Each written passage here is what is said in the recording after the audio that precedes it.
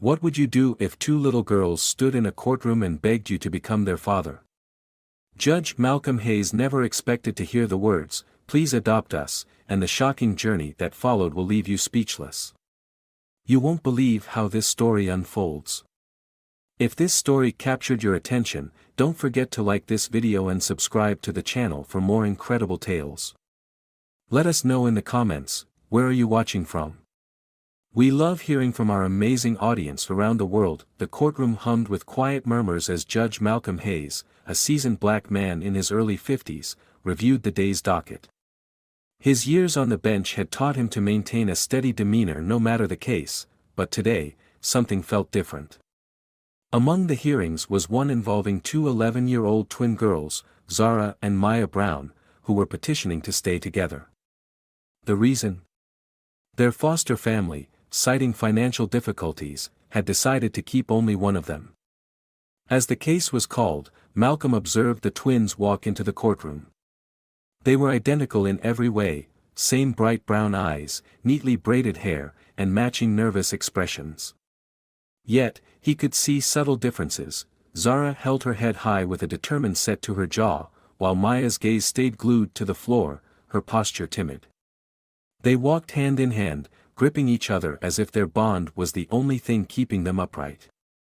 Their foster advocate began to present the case, detailing how the girls had been in the system since losing their parents 3 years earlier in a tragic house fire. They had been shuffled through multiple foster homes before landing with their current family. But now, even this placement was in jeopardy. Zara stepped forward suddenly, interrupting the advocate. "Your Honor," she began, her voice steady despite the tremble in her hands, "we don't want to go to another foster home. We just want to stay together. Please don't let them separate us." Malcolm raised a brow at her boldness but softened his tone. "Zara, I understand how difficult this must be for you. But the court's role is to ensure the best outcome for both of you. Separating you is not something I take lightly." Maya, still clutching Zara's hand, spoke next, her voice barely above a whisper. "We've already lost our mom and dad. We can't lose each other too." The room grew heavy with silence. Malcolm leaned back in his chair, his expression thoughtful but professional. He was about to respond when Zara took a deep breath and said something that left him momentarily speechless. "If no one else will take us," she said, looking him directly in the eye, "then you adopt us. Please, Your Honor. Be our dad." The courtroom froze. All eyes were on Malcolm, who sat stunned, his usually composed demeanor faltering for a moment. He cleared his throat, trying to find the right words. "Zara, what you're asking is, it's not how the system works. My role is to ensure you find a safe, loving home, but—" "You can make it work," Zara interrupted. Her voice cracked, but she didn't waver. "You're a judge. You can change things." Maya clung to her sister, tears welling in her eyes. "We just want someone who won't send one of us away," she whispered. Malcolm stared at the twins, his mind racing. In all his years as a judge, he had never been faced with such a personal plea. He glanced at their foster advocate, who looked equally caught off guard. Turning his attention back to the girls, he spoke gently but firmly. "I need some time to review your case thoroughly. I promise I will do everything I can to help you both." The session adjourned, and Malcolm retreated to his chambers. Once inside, he sank into his chair, his thoughts a whirlwind. He had dealt with countless cases of broken families and struggling children, but this one felt different, raw, urgent, and deeply personal in a way he couldn't yet explain. He couldn't shake the twins' words from his mind, "Please adopt us, sir." Something about their plea stirred a part of him he thought he had long buried. For the first time in years, Judge Malcolm Hayes felt genuinely unsure of what came next. Back in his chambers, Judge Malcolm Hayes leaned against his desk, replaying the courtroom scene in his mind. Zara's words echoed like a bell he couldn't unhear, "Be our dad." No one had ever spoken to him like that before, not with such raw emotion, not with such desperate hope. He picked up the case file again, flipping through its contents for anything he might have missed. The details were sparse but troubling. Zara and Maya Brown had been placed in the foster system 3 years earlier after a devastating house fire claimed the lives of their parents, Leah and Marcus Brown. The twins had no other living relatives, and their journey through the system had been anything but smooth. 4 placements in 3 years. 2 instances of reported neglect. And now, a foster family that claimed to love them but couldn't afford to keep them together. Malcolm frowned as he read. This wasn't just about financial struggles, this was a system that had repeatedly failed these girls. A knock on the door interrupted his thoughts. His clerk, Mrs. Turner, peeked in.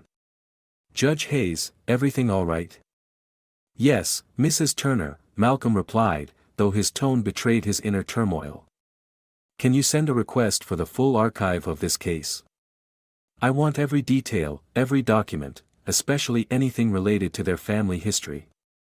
"Of course, sir," she said, closing the door behind her. Within hours, the requested documents arrived. Malcolm spread them across his desk, methodically going through each page. One by one, the pieces of Zara and Maya's story began to take shape.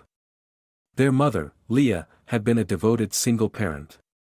Their father, Marcus, had passed away shortly after their birth due to a sudden illness, leaving Leah to raise the twins on her own. Despite the challenges, by all accounts, Leah had been a loving and capable mother. But something caught his eye, a handwritten note clipped to an older file. The writing was neat but hurried, as if written under pressure. It read, "If anything happens to me, please make sure Zara and Maya stay together. Contact Malcolm Hayes. He'll know what to do." Malcolm froze. His breath caught as he stared at the note. His own name, written in Leah's handwriting, a handwriting he hadn't seen in years. He sank into his chair, his mind reeling. Leah Brown. Of course, he remembered her. She had been a close friend during his college years. Smart, ambitious, and fiercely independent, Leah had been one of the few people who truly understood him. They had spent countless hours studying together, debating politics, and dreaming about their futures. But after graduation, their lives had taken different paths. He hadn't spoken to her in over a decade. And now, here she was, her name on this case, her words reaching out to him from the past. Shaking himself out of his thoughts, Malcolm rifled through the file, looking for more. Then he found it, a sealed envelope addressed to him, marked personal. His hands trembled slightly as he opened it. "Dear Malcolm. If you're reading this, something has gone terribly wrong. I never wanted to burden you, but I'm afraid I have no choice. Zara and Maya are my everything. They're bright, kind, and strong, but they're still just children. If something happens to me, I need them to be safe. I need them to be together. And you're the only person I trust to make sure of that. I know this is asking a lot. You have your own life, your own responsibilities. But I wouldn't ask if I didn't believe in you. Please, Malcolm, don't let them be separated. Do whatever you can to protect them. With love." Leah. Malcolm let out a shaky breath, his eyes fixed on the letter. Leah had entrusted him with her daughters, and he hadn't even known. The guilt hit him like a tidal wave. How had he missed this? How had the system failed to notify him when she passed? His mind raced with questions. Who had placed the letter in the file? Why hadn't he been contacted sooner? And most importantly, what was he going to do now? Malcolm sat back, the letter still clutched in his hand. He thought about Zara and Maya, their bravery, their desperation. They hadn't known he had a connection to their mother, but somehow, they had chosen him anyway. It felt like fate had brought them to his courtroom. The thought of those girls being separated after everything they'd already endured was unbearable. Leah had trusted him, and he had let her down once. He wasn't going to let it happen again.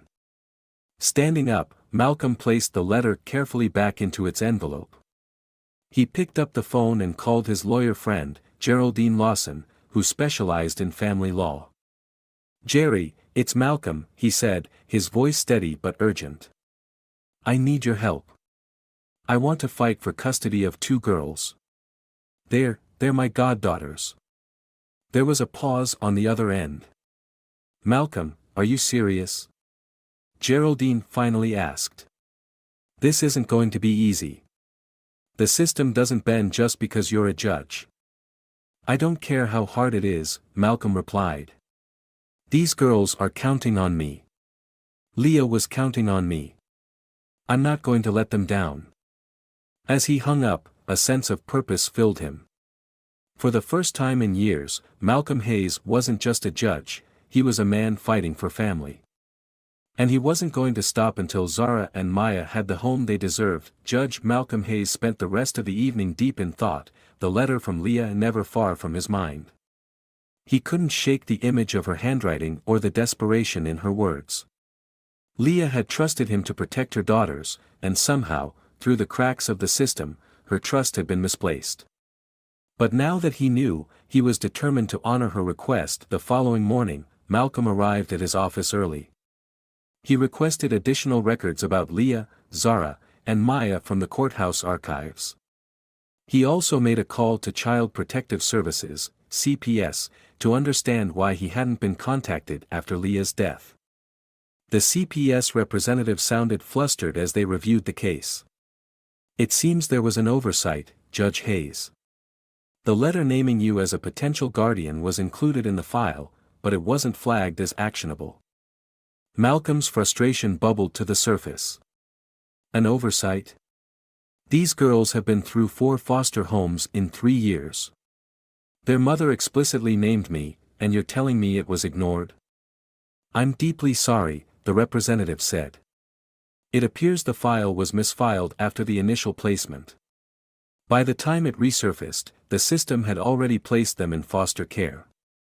Malcolm ended the call with a heavy sigh. It was a bitter reminder of how flawed the system could be, and now he felt even more responsibility to ensure Zara and Maya weren't failed again. That afternoon, Malcolm arranged a private meeting with Zara and Maya at their foster home. As he stepped through the modest front door, he was greeted by their foster advocate, Mrs. Jenkins, a kind but overworked woman who seemed relieved to see him. "They've been asking about you non-stop since the hearing," Mrs. Jenkins said with a small smile. "They're in the living room." Malcolm entered the room to find the twins sitting cross-legged on the couch, their matching faces lighting up when they saw him. Zara was the first to speak. "You came back." "I told you I'd do everything I could," Malcolm replied, sitting across from them. His voice softened. "I need to talk to you about something important." The twins leaned in, their eyes wide with anticipation. Malcolm hesitated for a moment, then began. "I knew your mother, Leah. We were close friends a long time ago. She was an incredible woman, smart, kind, and fiercely protective of you both." Maya's eyes welled up with tears. "You knew her?" Malcolm nodded. "I did. And she wrote me a letter before she passed. She asked me to make sure you two stayed together, no matter what." Zara's jaw dropped. She did." "She did," Malcolm confirmed. "I didn't know about the letter until recently, and I'm sorry I wasn't there for you sooner. But now that I know, I'm going to do everything I can to make things right." Maya clutched Zara's hand tightly, her voice trembling. "Does that mean, you'll take us?" Malcolm met her gaze, his heart breaking at the hope in her eyes. "If you'll have me, I want to be your father. It's not going to be easy, and there will be a lot we need to figure out together. But I promise you, I'll do everything in my power to keep you safe and together." Zara's eyes burned with unshed tears, but her voice was steady. "We want that. We've wanted that since the day we lost her. We just want someone who won't give up on us." "You have my word," Malcolm said, his voice firm. "I won't give up on you." As Malcolm left the foster home, he felt a renewed sense of purpose. The girls' trust in him was both humbling and motivating. But the road ahead was far from straightforward. Gaining custody of the twins would mean navigating a legal maze and proving to the court, and to himself, that he could balance his career as a judge with the responsibilities of fatherhood. Later that evening, Malcolm sat at his desk, staring at the photograph of Leah he had found in the case file. It was a candid shot, her smile radiant as she held the twins in her arms. He thought of the promise he had made to her and to her daughters. "I won't let you down, Leah," he murmured, his voice resolute. "Not again." The discovery of Leah's letter had reignited something in Judge Malcolm Hayes, a sense of duty that went beyond the courtroom. He had promised Zara and Maya he would fight for them, and now he was ready to make good on that promise. But the path ahead was steep. The legal system he had spent decades upholding was now the very thing he would have to navigate as a father, not a judge. The next day, Malcolm met with Geraldine Lawson, a seasoned family law attorney and a trusted friend. They sat across from each other in her cozy office, the air thick with seriousness.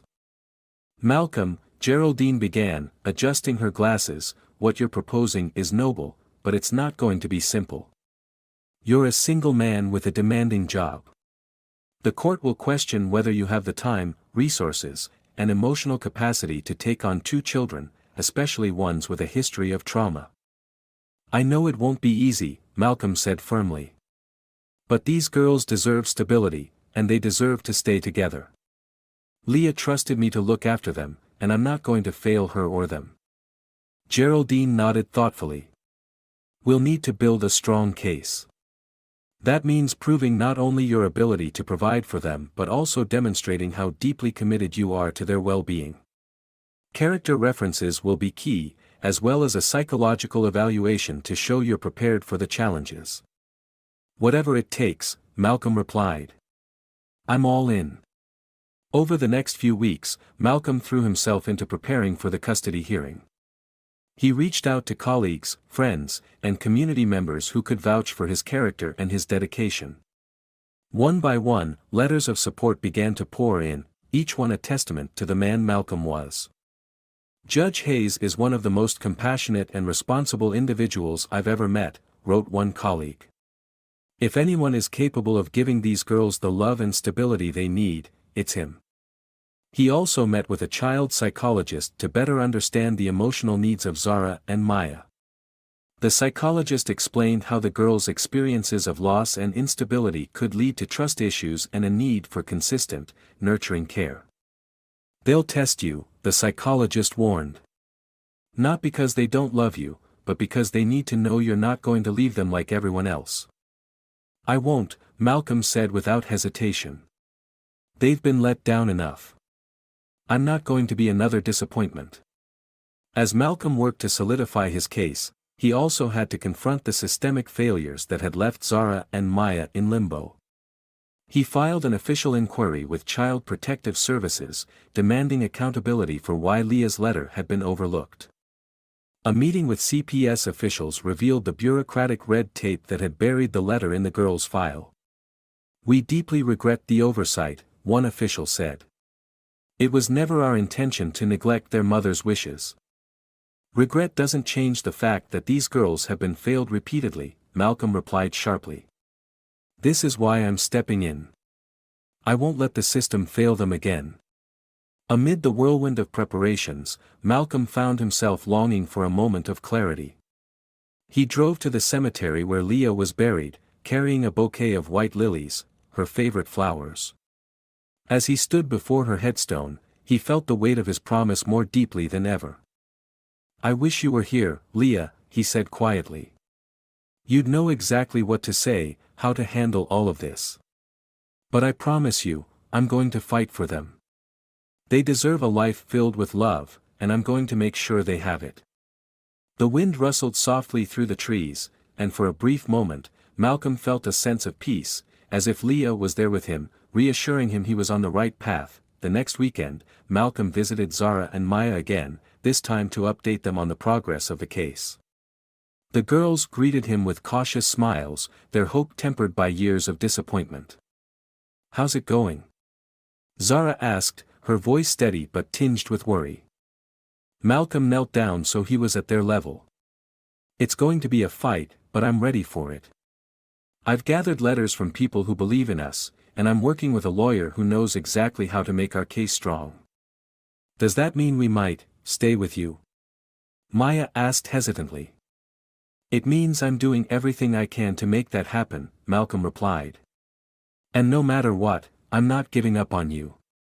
We're in this together. Zara looked at him for a long moment, then nodded. Okay. We trust you. Those 3 words hit Malcolm harder than he expected. He knew how much trust must have cost them after everything they'd been through. He placed a hand on each of their shoulders. I won't let you down, he promised. As the custody hearing drew closer, Malcolm spent late nights reviewing every detail of the case. The stakes had never felt higher, but he was determined to prove to the court, and to Zara and Maya, that he was the father they needed. In quieter moments, he found himself reflecting on Leah's faith in him. Her letter had reignited something he hadn't felt in years, the belief that he could make a difference, not just as a judge, but as a person. And now, with Zara and Maya counting on him, that belief had become a driving force. As he closed the last file one night, he whispered to himself, "This isn't just a case. This is family. And I'm not going to lose." The day of the custody hearing arrived, bringing with it a mix of tension and hope. Judge Malcolm Hayes sat in the courtroom, no longer in his usual role behind the bench but as a man fighting for 2 young lives. Across the room sat Zara and Maya, their hands tightly clasped together. Malcolm gave them a reassuring smile as his lawyer, Geraldine Lawson, organized her notes. The opposing party, the foster family currently caring for the twins, was present as well, represented by their attorney. They argued that while they cared for the girls deeply, financial struggles and limited resources made it impossible for them to keep both. They claimed it would be in the girls' best interest to separate them into different homes where they could be better supported. Malcolm clenched his fists under the table. The idea of tearing Zara and Maya apart was unthinkable, but he knew it wasn't enough to simply feel that way. He would need to prove to the court that he could provide them with stability, love, and a home where they would never be separated. When it was Malcolm's turn to speak, he walked to the stand with measured confidence. He adjusted the microphone and took a deep breath before addressing the judge presiding over the case. "Your Honor," he began, his voice steady but heartfelt, "I've spent my entire career ensuring that justice is served and that people are treated fairly. Today, I stand here not as a judge but as a man trying to fulfill a promise, one made to the girl's mother, Leah Brown, and to Zara and Maya themselves." Malcolm paused, glancing at the twins, who watched him with wide eyes. "I was a close friend of Leah's during college. She was an extraordinary woman, fierce, loving, and dedicated to her daughters. Before she passed, she entrusted me with a letter asking me to protect them and ensure they stayed together. I wasn't aware of this letter until recently, and for that, I carry immense guilt. But now that I know, I am determined to honor her request." Geraldine stepped forward to guide Malcolm's testimony. "Judge Hayes, you've led a distinguished career. But the court needs to understand how you plan to balance your responsibilities as a judge with raising 2 young children. Can you elaborate on that?" "Absolutely," Malcolm replied. "I've already begun working with my court administration to adjust my schedule, ensuring I'll have dedicated time for the girls. Additionally, I've enlisted the help of family and close friends who have offered their support. This isn't just about me, it's about building a community around Zara and Maya so they never feel alone again." The opposing attorney cross-examined Malcolm, aiming to cast doubt on his ability to handle the responsibility. "Judge Hayes, you've been a bachelor your entire life. Do you truly understand what it takes to raise 2 children with trauma? And are you prepared for the sacrifices involved?" Malcolm met the attorney's gaze without flinching. "I may not have parenting experience, but I've spent my career helping families navigate their struggles. More importantly, I've spent the last several months learning everything I can about what these girls need. Parenting isn't about perfection, it's about commitment. And I'm fully committed to Zara and Maya." The attorney pressed further. Your job as a judge is highly demanding. How can the court be sure you won't prioritize your career over their well-being? Malcolm leaned forward slightly. I've built a career by prioritizing what's right. These girls are what's right. They're not a burden, they're my family. And I will make whatever adjustments are necessary to ensure they come first. The judge called Zara and Maya to speak, offering them the option to share their thoughts. Zara, the more outspoken of the two, stepped forward first, her small frame standing tall with determination. Your Honor, Zara began, her voice clear and strong, my sister and I have been through a lot.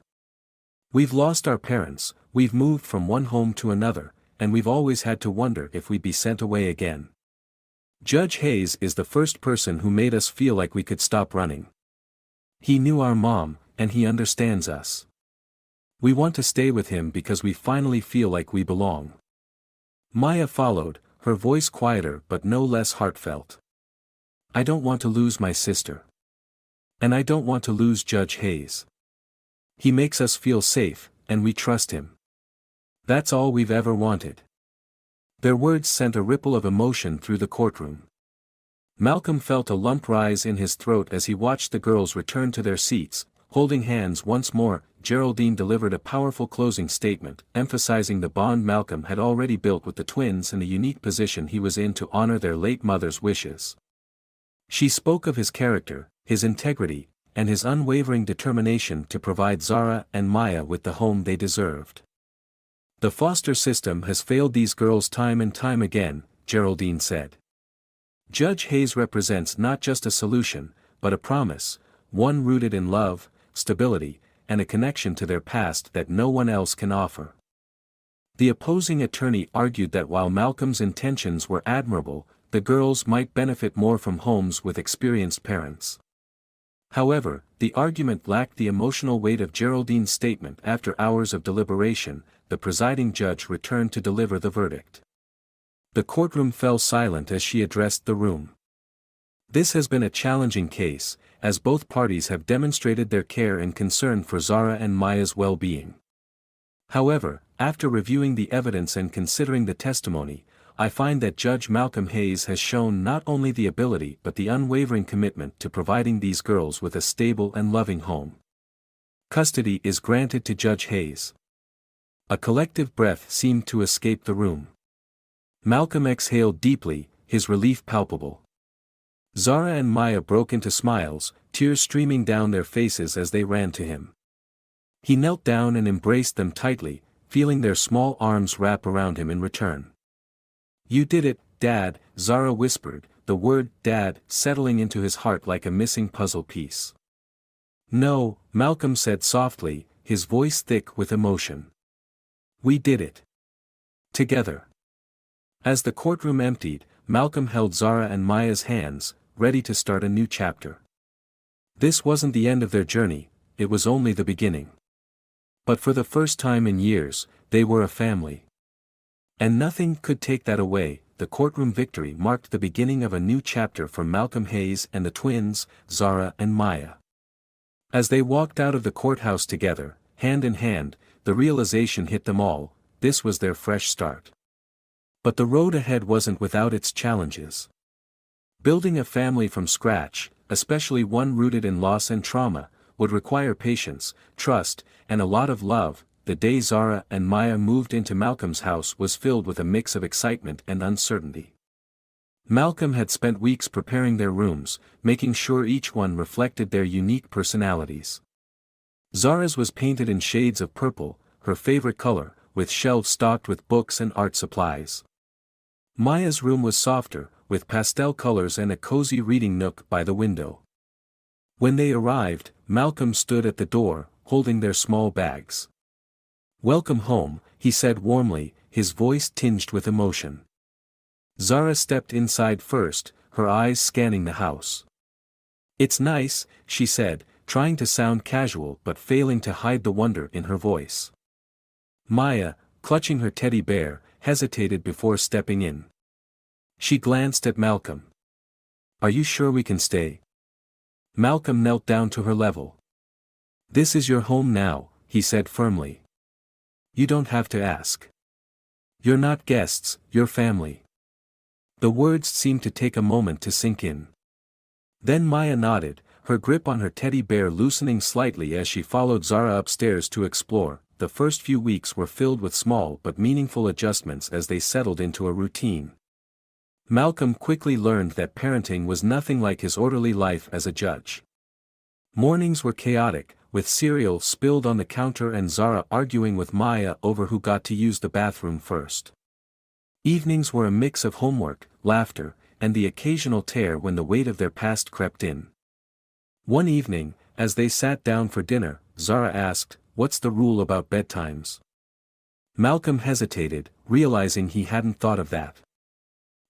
What do you think is fair?" he asked, quickly improvising. Zara smirked.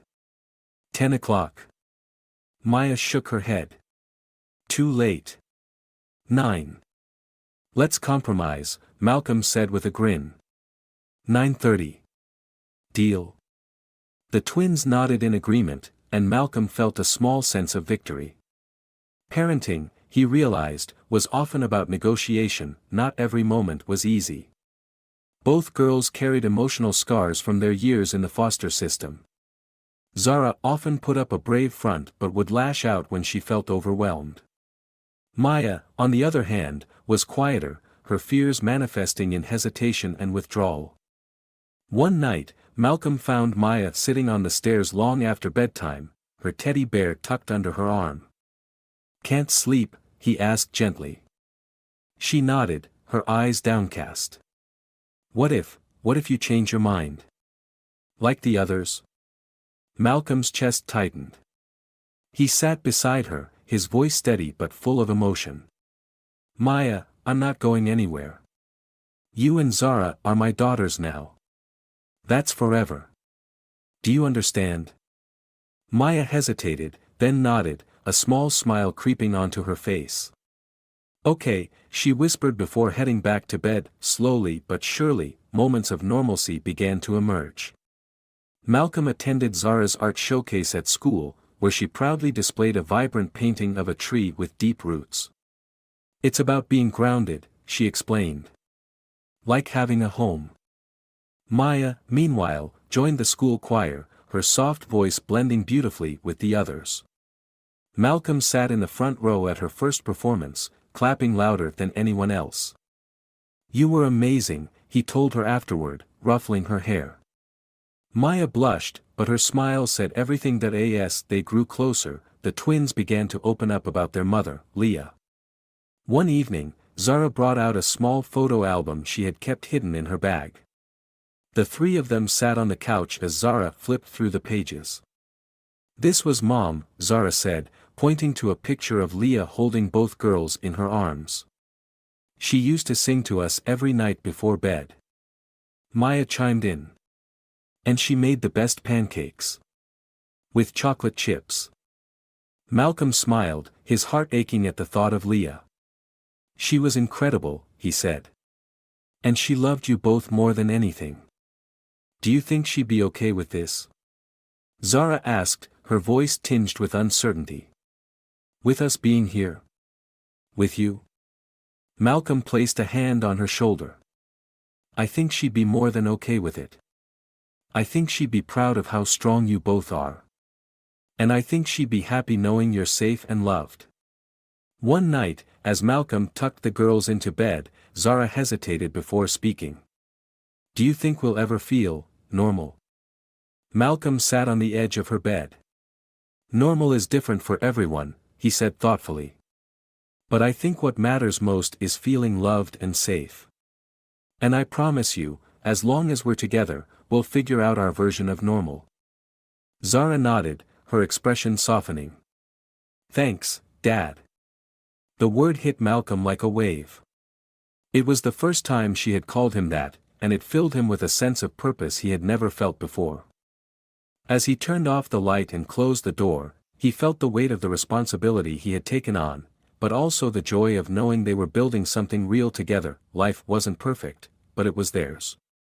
The house, once quiet and orderly, now buzzed with laughter, arguments, and the occasional spilled drink. Malcolm embraced the chaos, knowing it was a sign that they were becoming a family. And as the days turned into weeks, one thing became clear: Zara and Maya were no longer just two girls fighting to stay together. They were daughters. His daughters. And Malcolm Hayes was no longer just a judge, he was their father. With weeks turning into months, Malcolm Hayes and the twins, Zara and Maya, began settling into their new life together. While the foundation of their relationship had been built on promises and hope, now came the real work: learning to trust, heal, and thrive as a family. It wasn't always easy, but every step brought them closer to the bond they all craved. The morning of their first day at a new school was a milestone. Malcolm had spent hours the night before making sure everything was ready: new backpacks, lunchboxes, and neatly pressed uniforms. Zara, ever the confident one, adjusted her braids in the mirror and grinned. "I'm going to make so many friends," she declared. Maya, on the other hand, lingered by the front door, clutching her teddy bear. "What if they don't like me?" she asked softly. Malcolm knelt down to her level, his voice gentle. "They're going to love you, Maya. Just be yourself, and if anyone gives you trouble, you tell me, okay?" She nodded, but her grip on the bear didn't loosen. As they walked into the school building, Zara immediately darted toward a group of kids, her laughter echoing down the hallway. Maya stayed close to Malcolm, her eyes scanning the crowd nervously. "It's okay to take your time," Malcolm said, giving her shoulder a reassuring squeeze. The transition wasn't without its hurdles. Zara's bold personality quickly earned her a group of friends, but it also got her into trouble. One afternoon, Malcolm received a call from the school about an argument Zara had with a classmate. When she got home, Malcolm sat her down. "What happened, Zara?" he asked calmly. She crossed her arms defensively. "He said Maya was weird. I told him to shut up." Malcolm sighed but couldn't hide a small smile. "I understand you want to protect your sister, but there are better ways to handle it. Use your words, not your anger." Zara huffed but eventually nodded. "Fine. But if he says it again, I'm telling the teacher." "Good," Malcolm said. "That's what I like to hear." Maya, overhearing the conversation, hugged Zara tightly. "Thanks for standing up for me," she whispered. One evening, Malcolm found Maya sitting by the window in her room, gazing at the stars. She had her sketch pad in her lap, a habit she'd picked up recently. "What are you drawing?" he asked, sitting beside her. She hesitated before showing him the page. It was a simple but heartfelt picture of a house with 3 figures inside, a tall man and 2 girls holding hands. "It's us," she said shyly. "Our family." Malcolm felt a lump rise in his throat. "It's beautiful, Maya. Just like you." She smiled, her cheeks flushing. "Do you think Mom would like it?" "I think she'd love it," Malcolm replied. "And I think she'd be really proud of you, for your kindness, your creativity, and how much you care about Zara." Maya's eyes shimmered with tears, but her smile didn't waver. One Saturday, Malcolm took the girls to visit Leah's grave. It was a quiet, sunny afternoon, and they carried a bouquet of her favorite lilies. As they stood by the headstone, Zara knelt down and placed the flowers gently on the grave. "Hi, Mom," she said softly. "I hope you're watching. We're doing okay. Better than okay, actually." Maya added, "Judge Hayes, Dad, he's taking good care of us. We miss you, but we're not scared anymore." Malcolm swallowed the lump in his throat and knelt beside them. "Your mom was an amazing person. She loved you both more than anything. I'm honored she trusted me to take care of you." The 3 of them stood there in silence for a moment, the weight of loss mingling with the comfort of connection. As time passed, the twins began to trust Malcolm more deeply. Maya, who had been hesitant to speak up, started sharing her feelings more openly. Zara, once fiercely independent, began seeking his advice on schoolwork and friendships. One evening, after helping them with their homework, Malcolm found himself reflecting on how much his life had changed.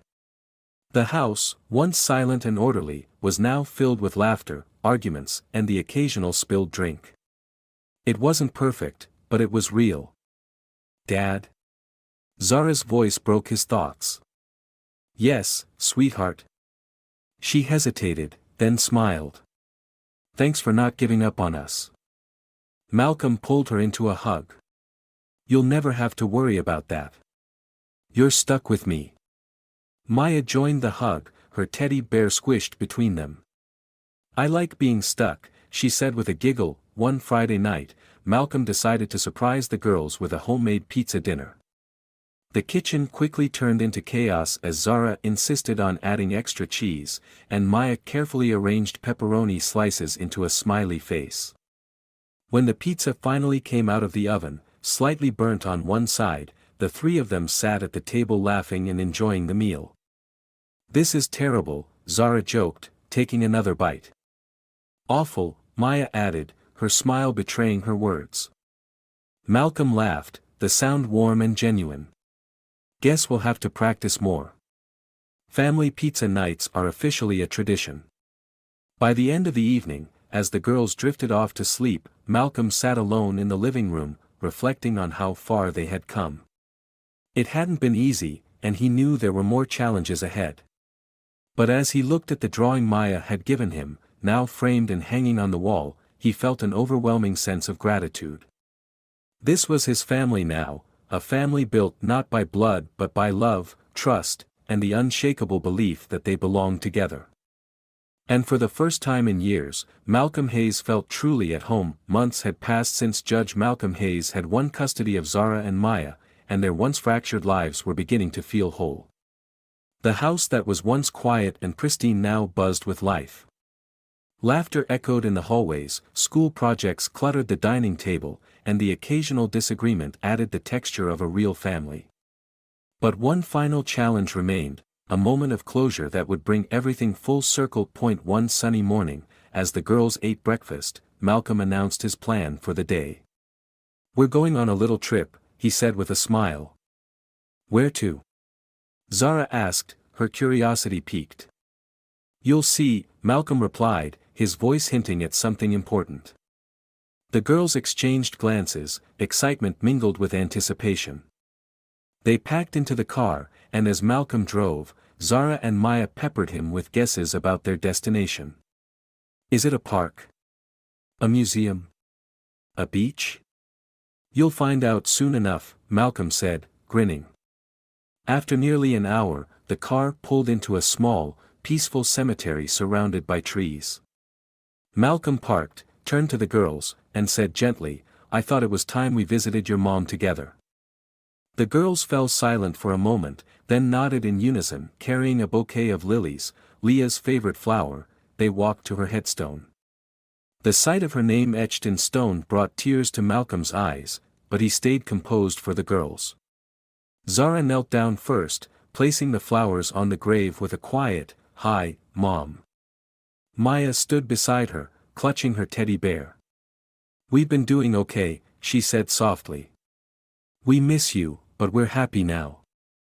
Zara added, we have a real home, and we're not scared anymore. Judge Hayes, Dad, he's been amazing. Malcolm knelt between them, resting a hand on each of their shoulders. Leah, you gave me the greatest honor by trusting me with your girls. I hope I've done right by you. They're incredible, just like you always said they were. The three of them stood in silence, letting the moment sink in. The sunlight filtering through the trees felt warm and comforting, as if Leah's presence was with them. After leaving the cemetery, Malcolm surprised the girls with a stop at their favorite park. It was a place they had visited a few times since moving in with him, and it had become a symbol of their new life together. They spent the afternoon playing on the swings, chasing each other through the grass, and sharing stories. For lunch, Malcolm had packed sandwiches, cookies, and lemonade, turning it into an impromptu picnic. As they sat together on a blanket, Zara looked at Malcolm and said, I think Mom would be happy. She always wanted us to be safe. Maya nodded, her eyes sparkling. And she'd be happy we have you. Malcolm felt his throat tighten. I'm the lucky one, he said. You two have brought so much joy into my life. I'll never stop being grateful for you. That evening, back at home, the girls decided they wanted to do something special for Malcolm. Zara and Maya worked together in the kitchen, giggling as they attempted to bake cookies. By the time Malcolm walked in, the counters were dusted with flour, and the air smelled of chocolate. "What's all this?" he asked, raising an eyebrow. "We wanted to say thank you," Zara explained, holding up a tray of slightly misshapen cookies. "For everything," Maya added, handing him one. Malcolm took a bite and smiled. "These are the best cookies I've ever had. Even though they're burnt." Zara teased. "Especially because they're burnt," he said, laughing. Later that night, after the girls had gone to bed, Malcolm sat in the living room, looking at the framed drawing Maya had made, the one of their family holding hands in front of a house. It hung prominently on the wall, a symbol of everything they had built together. He thought back to the letter Leah had written him, the one that had changed everything. She had entrusted him with her daughters, and he had promised not to let her down. Looking around the warm, bustling home he now shared with Zara and Maya, Malcolm felt a deep sense of fulfillment. This wasn't just a second chance for the girls, it was a second chance for him, too. The next morning, Zara and Maya surprised Malcolm with a new drawing. It was another picture of their family, but this time, it included Leah, drawn in the background with a radiant smile. "It's for our wall," Maya said, her voice quiet but firm. "So we can remember her." Malcolm hugged them both tightly, tears threatening to spill. "It's perfect," he said. "Just like our family." From that day forward, the picture hung alongside the first one, a testament to the love, resilience, and unbreakable bond they shared. Life wasn't always perfect, but it was filled with laughter, love, and the knowledge that they had each other. For Malcolm, Zara, and Maya, they were no longer just individuals trying to piece their lives together. They were a family, forever. This story is a powerful reminder that love and family can be found in the most unexpected places. Judge Malcolm Hayes didn't just step in to fulfill a legal duty, he stepped in to honor a promise, rebuild lives, and create a bond that transcended bloodlines. Zara and Maya's journey from loss to belonging shows us that healing is possible when trust, resilience, and compassion come together. If this story moved you, don't forget to like this video and subscribe to the channel for more heartfelt stories like this one. Your support helps us share these incredible journeys with the world. Let us know your thoughts in the comments, we'd love to hear from you.